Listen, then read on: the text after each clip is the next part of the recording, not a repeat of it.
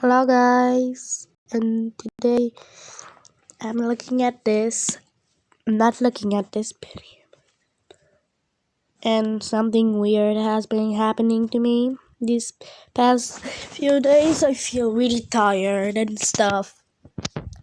So today we're gonna do a not laugh challenge. I don't know videos of the not laugh challenge, but I'm looking for it. I'm looking in right now for not laugh challenges.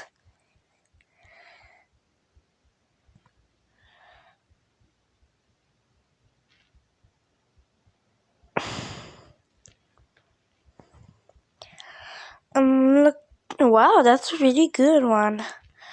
So, not laugh challenge. What should not a laugh challenge? You couldn't not be impressed of stuff. So I'm looking. Oh yes, this is good. This is good. Here's a story for you that really bites. Why no aquarium in the world has a great white shark. Even if you absolutely love aquariums and have been to dozens of them, there's one sea creature you'll never ever come across there. Not a single aquarium in the world has a great white shark. At this point, you might be wondering why that is. Is the great white not cool enough to be put on display? Are people afraid of being attacked, even when these animals are confined within thick walls made of special glass? Not exactly. Go ahead and hit that subscribe button to stay with us on the bright side of life, where you'll see this and tons of other mysteries revealed. First of all, let's see if you can remember what a great white shark looks like so that you can distinguish it from any other shark species. You know, in case you happen to encounter one, hopefully not face to face, of course, because then you'll need a bigger boat. These massive fish can be spotted in cool coastal waters all over the world. Great white sharks can be gray, brownish, or almost black, but their underbelly is always white, hence the name. They usually grow about 15 feet in length, although the largest members of this species can get as big as 20 feet long. As for their weight, it can reach a whopping 7,000 pounds. They use their extremely strong tails to propel their bodies through the water at a top speed of 35 miles an hour. The mouth of a great white shark is amazingly well equipped and decorated with 300 razor-sharp teeth. These triangular chompers are arranged in 6 and sometimes even 7 rows. Imagine having to floss between all those teeth. A lot of people think that these gigantic predators love dining on human flesh and are just lurking out there in the depths, waiting for a chance to attack some unfortunate individual. Surprisingly enough, human isn't on a great white's menu. In general, there are no more than 10 attacks a year. And even so, scientists are sure that the sharks don't hunt people down to eat them. They're just too darn curious to pass up a little sample bite is all. After that, they often swim away. I'm sure you feel much better about shark attacks now, don't you? Anyway, if great white sharks aren't kept in aquariums because of the danger they present to visitors, then what is the reason? Well, it's actually quite tragic. Great whites can't stand captivity and simply die when contained. There have been plenty of attempts to hold these creatures captive. In 1955, the first great white was captured and sent to Marineland of the Pacific in Los Angeles. Unfortunately, the animal didn't even make it through one day at the ocean area. Yet people still kept trying to tame the king of the sea. Up until 2003, there had been 25 attempts to keep the animal in captivity, but all of them ended very quickly in tragedy. For example, in 1992, a young shark, no more than a year old, was brought to the Steinhardt Aquarium in San Francisco and transferred to a 100,000-gallon tank. It died of shock within a day. The SeaWorld in San Diego managed to keep a great white for 16 days back in 2003, but they ended up deciding to release the animal back into the ocean. The longest a shark has ever stayed in an aquarium was 2004. The Monterey Bay Aquarium managed to keep a female great white for over 6 months. She lived in a 1.2 million-gallon open sea exhibit and even grew 14 inches over the duration of her stay. The shark eventually had to be released, though, because she'd attacked and killed all the other sharks in the exhibit. Well, it's what they do. The same aquarium had several more great whites over the years. Some of them stayed for 11 days.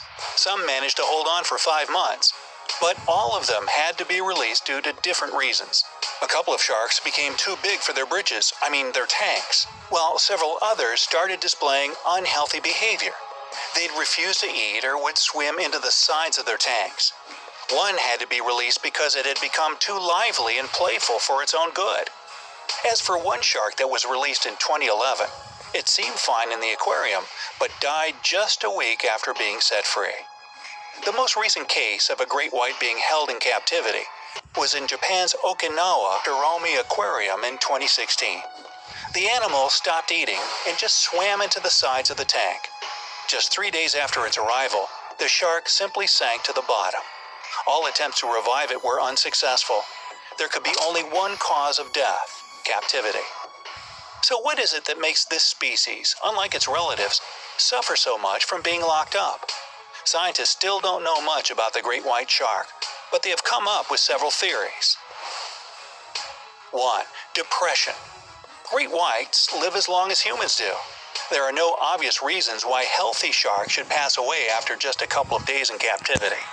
Therefore, the reasons seem to be entirely psychological. Believe it or not, depression and shock can bring these powerful creatures down. 2. Lack of space. Big fish need a lot of space, and sharks are no different. A shark's body is shaped like a torpedo for a reason. It can move faster over long distances without too much effort. In fact, great whites can make the 6,900-mile journey from Australia to Africa in just 99 days. And since they're moving at an average speed of 25 miles per hour, that means they leap an astounding 25 feet out of the water. Obviously, no aquarium in the world can provide the animal with these sorts of conditions. So, captive sharks often swim into the sides of their tank in failed attempts to behave as usual. 3. Respiratory problems. Have you ever heard that sharks need to keep moving in order to stay alive? Well, this isn't true about just any shark species. It definitely is when it comes to the great white. This species is an obligate ram breather, which means that it can breathe best only when there's a constant flow of water through its gills. In a tank, great whites can't move freely, so they develop problems with their respiratory system. What's more, a shark can suffer from hypoxia, or a deficiency of oxygen. The thing is that these sharks increase their energy by swimming faster and opening their mouth wider. And while this may seem counterproductive, that's how it works with obligate ram breathers. That's why sharks that don't have enough space to maneuver can choke to death from a lack of oxygen. 4. Hunger. Believe it or not, great white sharks are picky eaters.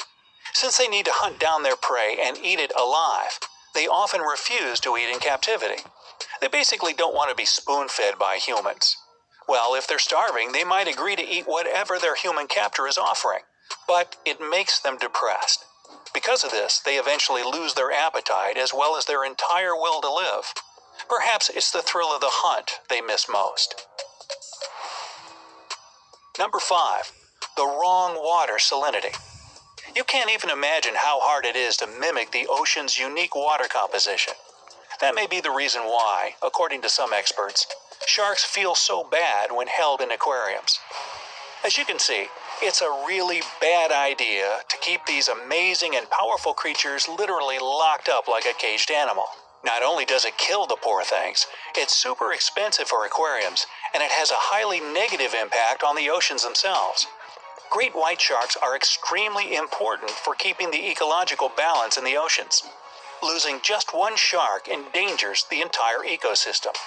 Unfortunately, this is becoming an ever-increasing problem as the great white shark is a species at threat of extinction. There are just about 3,500 of them left in the world. The reason for such a dramatic state of events all comes down to poaching. Some parts of a great white's body are in high demand on the black market and go for a crazy high price. The shark's fins, for instance, can cost huge amounts of money because they're used to make some sort of fancy soup at overpriced banquets in Asia. This demand has led to shark finning, which is when poachers catch a shark, cut off its fins, and throw the animal back into the open ocean. As a result, each year, millions of injured sharks die from either blood loss or being attacked by other predators, just so rich people can have a bowl of soup. Their skin is used to make clothing and accessories, and an oil called squalene is extracted from their liver to make cosmetic and pharmaceutical products. They have to kill 3,000 sharks to produce a ton of this substance. We can't forget about their teeth, of course. Tourists love buying pendants made from shark teeth. This practice is so widespread that the price of a particularly big tooth can reach $1,000, and a jaw can be sold for $35,000. It's totally illegal to kill these creatures, and all kinds of laws and punishments have been put in place. But as long as it's a lucrative business, poachers won't stop hunting these magnificent, but sadly, not so numerous ocean dwellers. To save the last representatives of the great white species, it comes down to us. People must change their attitude and their desire for products made from murdered sharks. Otherwise, the day will come when people will say, "Remember when there used to be great white sharks?" If you think that people shouldn't try to capture great whites, even for educational purposes, hit that like button. And if you know any other endangered species on the brink of extinction, write about them in the comments below. What, in your opinion, Guys, I need to stop the video because I can't do more than 15, so bye.